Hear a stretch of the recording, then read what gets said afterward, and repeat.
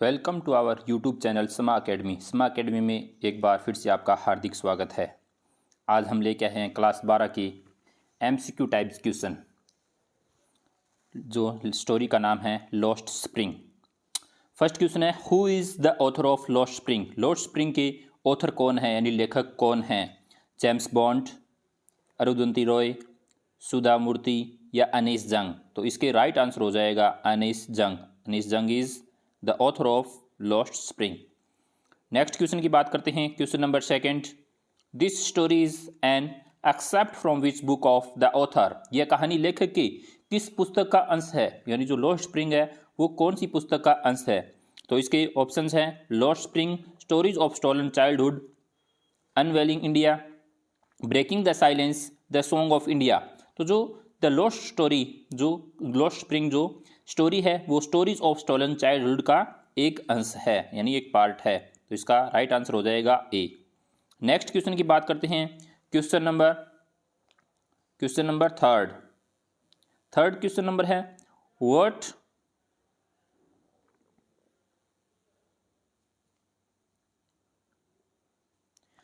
Does the author analyse in the story. यानी लेखक कहानी में क्या विश्लेषण करता है, यानी लेखक कहानी के अंदर क्या विश्लेषण कर रहा है?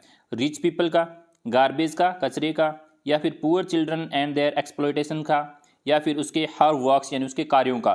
तो इसके अंदर जो ऑथर है वो एनालाइज करता है, यानी विश्लेषण करता है, वो है poor children and their exploitation, यानी आंसर सी, यानी गरीब बच्चे और उनका शोषण।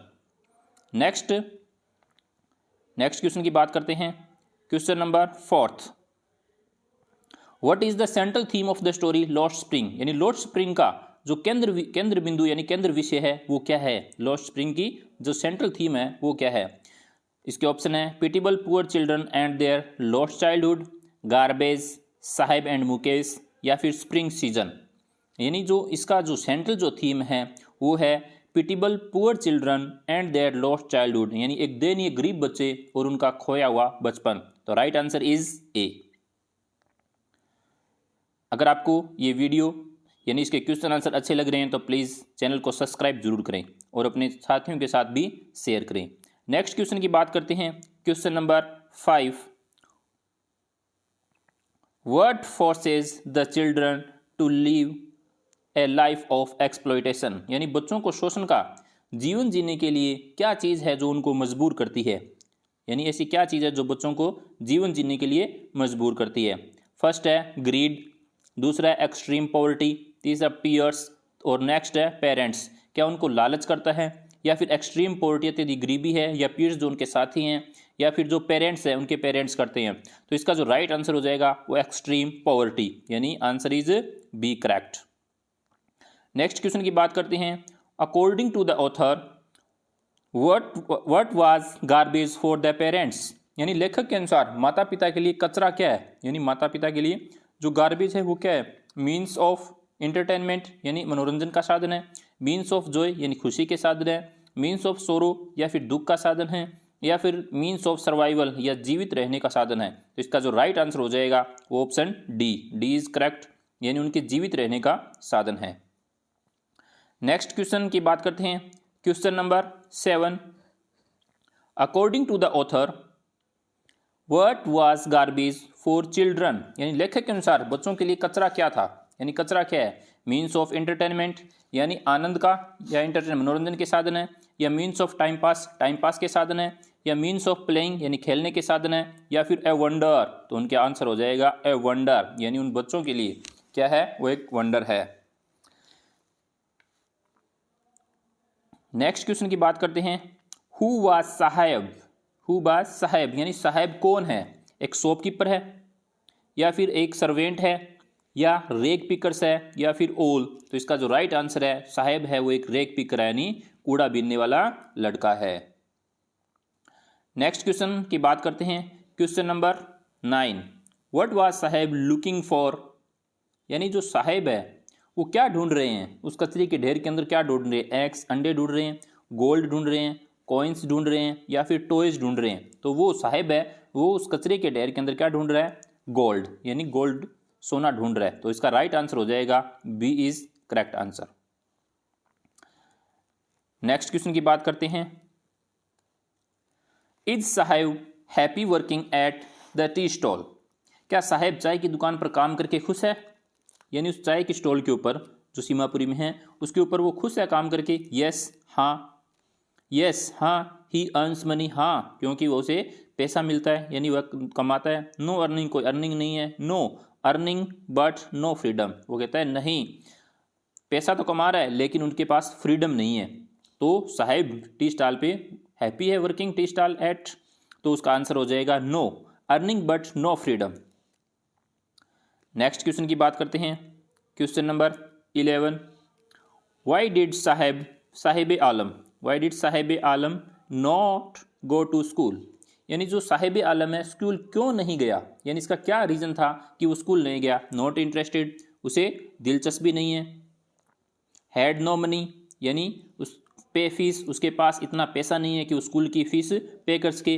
Wanted to go for movie, वह मूवी देखने के लिए जाना चाहता है। वांटेड टू अर्न मनी, वह पैसा कमाना चाहता है। तो इसका जो राइट आंसर है वो हो जाएगा हैड नो मनी टू पे फीस, यानी उसके पास इतने पैसे नहीं है कि वो उसकी स्कूल की फीस पे कर सके। नेक्स्ट क्वेश्चन की बात करते हैं। Question number 12, what is the meaning of Sahib Alam? Sahib Alam का अर्थ क्या है? यानी साहिब आलम का मीन क्या है? ऑनर, मालिक, रिच मैन एक अमीर व्यक्ति, पुअर मैन एक गरीब व्यक्ति, या लॉर्ड ऑफ द यूनिवर्स या फिर ब्रह्मांड के महानायक। तो साहिब आलम का, यहाँ पे साहिब आलम का जो मीन है वो है लॉर्ड ऑफ द यूनिवर्स, यानी ब्रह्मांड का महानायक। नेक्स्ट क्वेश्चन की बात करते हैं। Question number 13, where was Saheb employed? Where was Saheb employed, Saheb कहाँ कार्य थे, यानी कहाँ पर कार्य कर रहे थे। तो पहला ऑप्शन है at a tea stall in the Seemapuri. Next at a sari shop, एक साड़ी शॉप पे। एट ए ज्वेलरी शॉप, एक ज्वेलरी की शॉप पे। एट ए स्वीट शॉप, या फिर एक मिठाई की दुकान पे। यानी वो साहेब है वो कहाँ कार्य थे? एक टी स्टॉल इन सीमापुरी, यानी सीमापुरी के अंदर एक टी स्टॉल थी उसके ऊपर वो कार्य करते थे। इसका राइट आंसर हो जाएगा A is correct answer. Next question है, why is the author calling garbage as gold? यानी लेखक कहानी में कचरे को सोना क्यों कह रहा है? यानी जो कचरा है, जो ये बीनते रैग पिकर्स, इसे सोना क्यों कह रहा है? यानी ऑथर का क्या कारण है उसे सोना कहने का? तो फर्स्ट ऑप्शन है because of jewels in it, यानी इसमें गहनों के कारण। बिकॉज ऑफ जम्स इन, यानी रत्नों के कारण। Because of gold in it, सोने के कारण। या फिर because of its encashment value, या फिर अपने नकदीकरण मूल्य के कारण। तो जो ऑथर है वो इस गार्बेज के ढेर को, यानी जो कूड़ा करकट पड़ा है, उसको गोल्ड इसलिए कहा है क्योंकि उसकी जो वैल्यू है वो नकदी है, यानी उसे नकद मिल जाते हैं, यानी अपने नकदीकरण मूल्य के कारण उसे गोल्ड का है। नेक्स्ट क्वेश्चन की बात करते हैं। Question number 15, what do the boys appear like to author in the story? कहानी में लेखक को लड़के कैसे दिखते हैं, यानी किस प्रकार के दिखते हैं? यानी एक ऐसी क्या ऐसे मतलब उनके लिए एक वर्ड यूज हुआ है। तो मॉर्निंग क्रोज की तरह, इवनिंग क्रोज की तरह, मॉर्निंग बर्ड्स की तरह, या इवनिंग बर्ड्स की तरह। तो इसके अंदर जो ऑथर को जो अपीयर हो रहे हैं, जो लड़के अपीयर हो रहे हैं, वो किस तरीके से दिखते हैं? मॉर्निंग बर्ड्स की तरह, यानी सुबह के पक्षियों की तरह उनको दिखाई दे रहे हैं। नेक्स्ट क्वेश्चन की बात करते हैं। Question number 16, name the birth place of the author? यानी जो ऑथर है अनीस जंग, उनके बर्थ प्लेस यानी जन्म स्थान का नाम क्या है? उनका जन्म यूएसए में हुआ, कैलिफोर्निया में हुआ, कोच में, या राउरकेला में? तो अनीस जंग का जो जन्म स्थान है वो है राउरकेला। तो option D is correct. Next question की बात करते हैं। Question number 17, question number 17, what does the little lost spring symbolise? यानी लोस्ट स्प्रिंग यानी शीर्षक इसका प्रतीक है, यानी किस चीज का प्रतीक है? What does the little lost spring, जो लोस्ट स्प्रिंग है वो किस चीज का प्रतीक है? लोस्ट ब्लूमिंग चाइल्डहुड का, यानी जो खोया हुआ खिलता बचपन है। ऑटम सीजन का, यानी सर्द ऋतु का। या लॉस्ट मनी, या खोए हुए पैसों का, धन का। या फिर लॉस्ट एज, या खोई हुई उम्र का। तो ये जो लॉस्ट स्प्रिंग है वो सिंबलाइज करती है, वो लॉस्ट ब्लूमिंग चाइल्डहुड को सिंबलाइज करती है, यानी जो खोया हुआ खिलता जो बचपन है, यानी बचपना है, उसको करती है। तो A answer is correct. Next question, Sahib held from which palace, यानी जो साहिब है वो किस स्थान से थे, यानी कौन से स्थान से थे, दिल्ली से थे, सीमापुरी से थे, ग्रीन फील्ड्स ऑफ ढाका से, या नन। जो साहिब है वो ग्रीन फील्ड्स ऑफ ढाका से बिलोंग करते हैं, यानी वहाँ पैलेस है ढाका। तो राइट आंसर हो जाएगा सी। नेक्स्ट बात करते हैं क्वेश्चन नंबर 19 की। Question number 19, why did Saheb go through garbage dumps, why did Saheb go through garbage dumps, Saheb कूड़े के ढेर में से क्यों गुजरे, थ्रो यानी वहां से क्यों गुजरे Saheb. To find a silver coin, यानी सिल्वर कॉइन चांदी का सिक्का खोजने के लिए, ए रुपये खोजने के लिए, ए 10 रुपये नोट 10 रुपये के लिए, या ऑल ऑफ दीज। तो इसका जो राइट आंसर है वो हो जाएगा ऑल ऑफ दीज, यानी सभी चीज़ों के लिए, जो उनको जो गार्बेज है कचरा बीनने वाले जो कुछ भी मिल जाता है, चाहे सिल्वर कॉइन हो, पैसे हो, 10 रुपये का नोट हो, सारी चीज़ें। तो इसका जो राइट आंसर है वो हो जाएगा D. Next question, question number 20, why did Saheb leave his house, यानी साहेब अपना घर क्यों छोड़ना चाह रहे हैं, यानी क्यों छोड़ा उन्होंने अपना घर। तो इसका ऑप्शन है because the storm swept away his house and field, यानी तूफान उसके घर और खेत को बहा ले गए। To enjoy a life of leisure, आराम के जीवन का आनंद लेने के लिए। टू फाइंड फ्रेंड्स, अपने मित्रों को खोजने के लिए, या गो टू कॉलेज, या फिर कॉलेज जाने के लिए। तो इसका जो राइट आंसर है वो हो जाएगा because the storm swept away his house and field, यानी जो उनके तूफान उसके घर और खेत को क्या ले गए, यानी बहा ले गए, इसलिए वो वहां को घर को क्या करना चाहता है, छोड़ना चाहता है। तो राइट आंसर हो जाएगा ए। नेक्स्ट बात करते हैं क्वेश्चन नंबर 21 की। What forces Saheb to be a rag picker, यानी साहेब को कूड़ा बीनने के लिए किस बात ने मजबूर किया, यानी किस चीज़ ने उसको फोर्स किया। हार्डवर्क ने, उसके मतलब कठिन मेहनत ने, डेस्टिनी यानी भाग्य ने, पीपल अराउंड हिम उसके आसपास के लोगों ने, या फिर एक्यूट पावर्टी यानी उसकी जो घोर गरीबी यानी अत्यधिक गरीबी है उसने उसको क्या किया, साहेब को फोर्स किया। तो इसका राइट आंसर हो जाएगा ऑप्शन डी। नेक्स्ट क्वेश्चन की बात करते हैं, question number 22, where is Seemapuri, यानी सीमापुरी कहाँ है, वेयर इज सीमापुरी, सीमापुरी कहाँ है। इन नोएडा, साउथ दिल्ली में, नॉर्थ दिल्ली में, ईस्ट दिल्ली में। तो सीमापुरी स्थित है वो कहाँ है, ईस्ट दिल्ली में। तो right answer is D. Next बात करते हैं क्वेश्चन नंबर 23 की। Why did Saheb leave Dhaka, Saheb है वो ढाका क्यों छोड़ा, यानी ढाका को साहेब ने क्यों छोड़ा, यानी ऐसा क्या कारण था कि ढाका छोड़ने का। Because of lack of resources, यानी संसाधनों की कमी के कारण। Because of lack of enough food, यानी जो पर्याप्त भोजन की कमी के कारण। बिकॉज ऑफ फ्रेंड्स, अपने दोस्तों के कारण, या बिकॉज ऑफ पेरेंट्स, अपने माता पिता के कारण। तो साहिब का ढाका छोड़ने का जो मेन कारण था, जो मेन मकसद था, वो था पर्याप्त भोजन की कमी, यानी because of lack of enough food, यानी पर्याप्त भोजन न मिलना। तो option B is correct. Question number 24, who are responsible for the poor condition of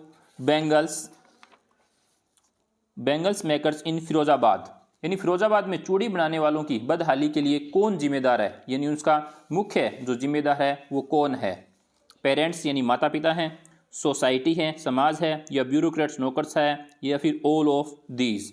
तो इसका जो राइट आंसर है, यानी उसके जो जिम्मेदार हैं बदहाली के, वो सभी हैं, पेरेंट्स भी हैं, सोसाइटी भी है, और ब्यूरोक्रेट्स भी है। तो right answer is D. I hope कि आपको ये क्वेश्चन समझ में आ रहे होंगे। अगर मैं थोड़ा स्पीड में चल रहा हूँ तो आप प्लीज़ इस बार कमेंट करके बता दीजिए, आगे जैसे वीडियो आएंगे उसमें थोड़े स्लो पढ़ाएंगे। नेक्स्ट बात करते हैं क्वेश्चन नंबर 25 की।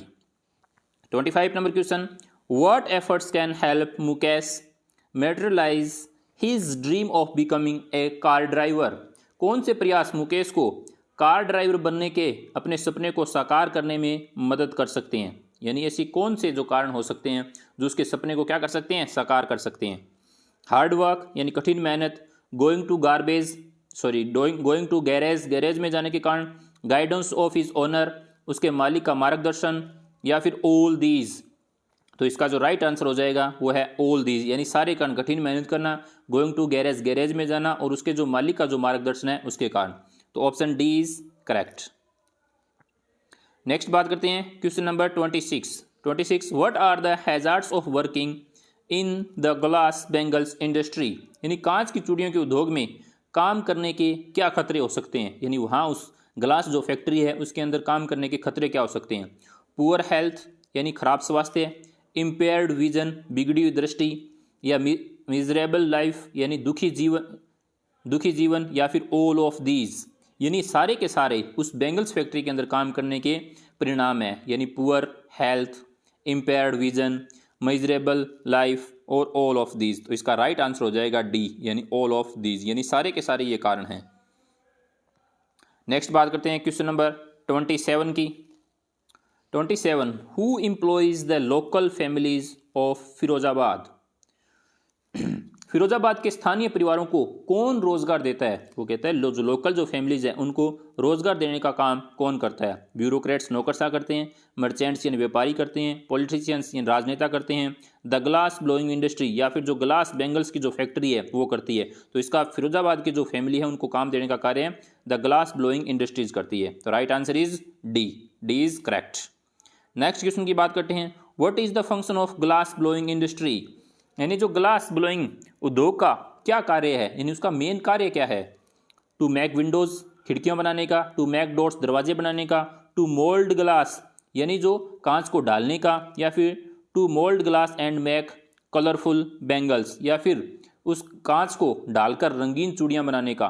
तो जो मेन काम यानी फंक्शन ब्लोइंग इंडस्ट्री का जो मेन काम है वो कांच को डालकर रंगीन चूड़ियां बनाने का, to mould glass and make colourful. तो इसका राइट आंसर हो जाएगा ऑप्शन डी। नेक्स्ट क्वेश्चन की बात करते हैं क्वेश्चन नंबर 29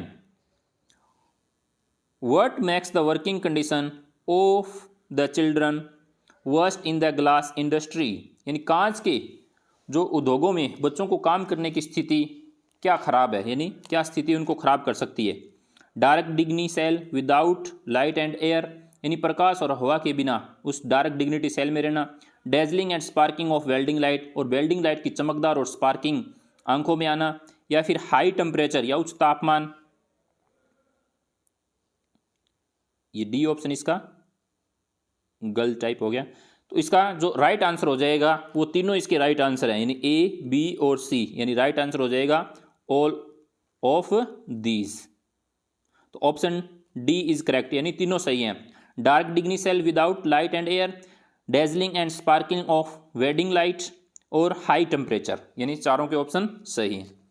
नेक्स्ट क्वेश्चन की बात करते हैं क्वेश्चन नंबर 30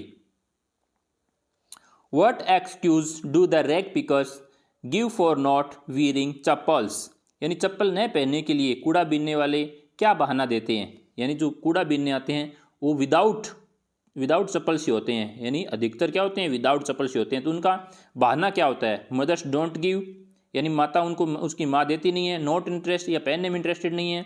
ए ट्रेडिशन, या फिर उनकी एक परंपरा है ये, या फिर ऑल दीज। तो ये सारे के सारे कारण हैं, यानी उनकी माता उनको प्रोवाइड नहीं करवाती, खुद इंटरेस्टेड नहीं होते हैं, और एक ऐसी परंपरा भी बनी हुई है कि वो विदाउट चप्पल ही घूमते हैं, यानी कचरा बीनने के लिए। तो option D is correct. Next बात करते हैं क्वेश्चन नंबर 31 की। Who is Mukesh, who is Mukesh, Mukesh कौन है। एक स्टूडेंट है, वर्कर है, बैंगल मेकर है, या फिर रैग पिकर है। तो जो मुकेश है वो एक बैंगल मेकर है। राइट आंसर इज सी, यानी बैंगल बनाने का काम करता है। Next question, question number 32 what are the reason for the migration of people from village to city in the lesson, यानी लेसन इस लेसन में यानी गांव से शहर की ओर पलायन करने का लोगों का कारण क्या है, यानी मेन मकसद उनका क्या है जी गांव से शहरों की ओर पलायन करने का। Sweeping of house and fields by storms, यानी जो उनके तूफान से घर और खेतों की सफाई हो जाना। नो मनी, यानी कोई पैसा नहीं होना। एजुकेशन एंड अनएम्प्लॉयमेंट, शिक्षा और बेरोजगारी। सेफ्टी, यानी सुरक्षा। तो इनका जो मेन कारण है जो पलायन करने का वो है sweeping of house and fields by storms, यानी तूफान से घरों और खेतों की क्या हो जाना, सफाई हो जाना। उस कारण वो वहां से पलायन करके शहरों की ओर चल देते हैं। इसका right answer is A. Next question की बात करते हैं question number 33। Question number 33 what compels the workers in bangle industry of Firozabad to poverty. Firozabad के चूड़ी उद्योग में, चूड़ी के जो उद्योग हैं यानी जो इंडस्ट्री है, उनमें कामगारों को क्या मजबूर करती है, यानी जो उनकी गरीबी है क्या मजबूर करती है उनको उनमें काम करने के, यानी वर्क करने के लिए। कास्ट एंड एंसेस्ट्रल प्रोफेशन, यानी जाति और पुश्तैनी पेशा है। क्रम थ्योरी एंड सोसाइटी, क्रम सिद्धांत और समाज। ब्यूरोक्रेट्स एंड पॉलिटिशियंस, नौकरशाह और राजनेता, या फिर ऑल ऑफ दीज, यानी सारे के सारे कारण हैं, ये सारे के सारे कारण उनको मजबूर करते हैं। तो राइट आंसर हो जाएगा डी, यानी उनका पुश्तैनी काम भी है, उनको दूसरे जो लोग हैं वो भी उनको क्या करते हैं, फोर्स करते हैं ये काम करने के लिए। तो next question, the city of Firozabad is famous for what, यानी जो सिटी है फिरोजाबाद वो किस चीज़ के लिए फेमस है, यानी ऐसा क्या वहाँ पे मतलब तैयार होता है इसलिए जो फिरोजाबाद सिटी को जाना जाता है। फॉर कास्टिसिज्म, जातिवाद के लिए फेमस है। फॉर रैग पिकर्स, कचरा बीनने वालों के लिए फेमस है। फॉर पॉवर्टी, गरीबी के कारण। फॉर बेंगल्स, तो वहाँ पे चूड़ियों के लिए फेमस है। फिरोजाबाद को किस लिए जाना जाता है, ग्लास बेंगल्स के लिए, ग्लास बेंगल्स के लिए जाना जाता है। नेक्स्ट क्वेश्चन की बात करते हैं, question number 35।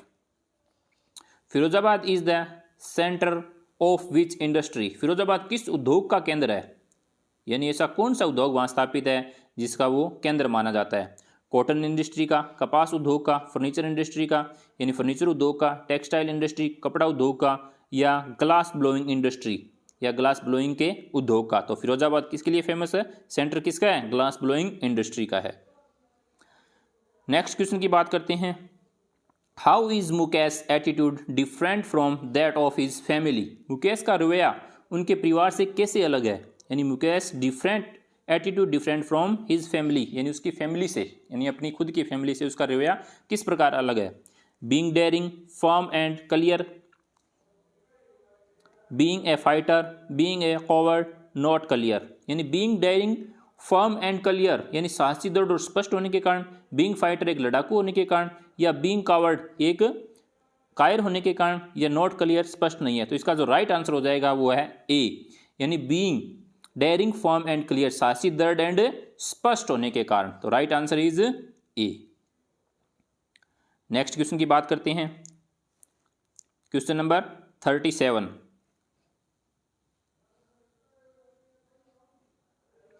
What is the means of survival in Seemapuri, यानी क्या मीन्स है सर्वाइवल का, यानी इसका अर्थ क्या है, सीमापुरी में जीवित रहने का यानी जो साधन है वो क्या है। वर्क, कार्य, मर्चेंडाइजिंग, या फिर एजुकेशन, या फिर रैग पिकिंग। तो उनका जीवित रहने का जो एकमात्र साधन है वो रैग पिकिंग यानी कचरा बीनना, ओनली फॉर रैग पिकिंग। तो option is D correct. Next question की बात करते हैं, question number 38। What is the metaphorical symbol of Seemapuri in the lesson, यानी इस लेसन में सीमापुरी का लाक्षणिक यानी जो प्रतीक है, मेटाफोरिकल सिंबल है वो क्या है। पॉवर्टी यानी गरीबी है, एक्सप्लॉयटेशन शोषण है, इंजॉयमेंट आनंद है, या फिर ए लिटिल हेल, यानी सीमापुरी को क्या कहा गया है, पॉवर्टी गरीबी के कारण, एक्सप्लॉयटेशन के कारण, या फिर इंजॉयमेंट ए लिटिल हेल, उसे एक लिटिल हेल की संज्ञा दी गई है। किसकी संज्ञा दी गई है, उसको क्या प्रतीक है, ए लिटिल हेल के लिए उसको जाना जाता है। तो इसका option is D is correct. Next बात करते हैं, question number 39। What is Mukesh dream, what is Mukesh dream, यानी मुकेश का क्या सपना है। टू बी ए डॉक्टर, एक डॉक्टर बनने का। टू बी ए मर्चेंट, एक व्यापारी बनने का। टू बी ए रग, एक दुष्ट होने का। To be a motor mechanic, या फिर एक मोटर मैकेनिक बनने का। तो उसका जो मुकेश का जो सपना है वो एक मोटर मैकेनिक बनने का है। तो option D is correct. Next question number 40। Question number 40, what change did Anees Jung see in Sahib's when she saw him standing by the gate of neighbourhood club, यानी अनीस जंग ने साहब में क्या ऐसा बदलाव देखा जब उसने उन्हें यानी नेबरहुड के यानी द्वार पर खड़ा देखा। नेबरहुड जो क्लब है उसके पास यानी उसके द्वार के ऊपर, गेट के ऊपर खड़ा देखा, तो उसके अंदर ऐसे क्या चेंजेस थे। तो as if lost his freedom, यानी मानो अपनी स्वतंत्रता खो दी हो। लॉस्ट ओनरशिप, या फिर खोया स्वामित्व है, यानी अपना स्वामित्व खो दिया हो। लॉस्ट जॉय, या फिर आनंद खोया हो। ऑल ऑफ दीज, यानी उसको अनीस जंग को उस साहब के अंदर ये चेंजेस दिखे, जो चेंजेस थे वो सारे के सारे चेंजेस उसमें दिखे, यानी ऑप्शन डी इज करेक्ट।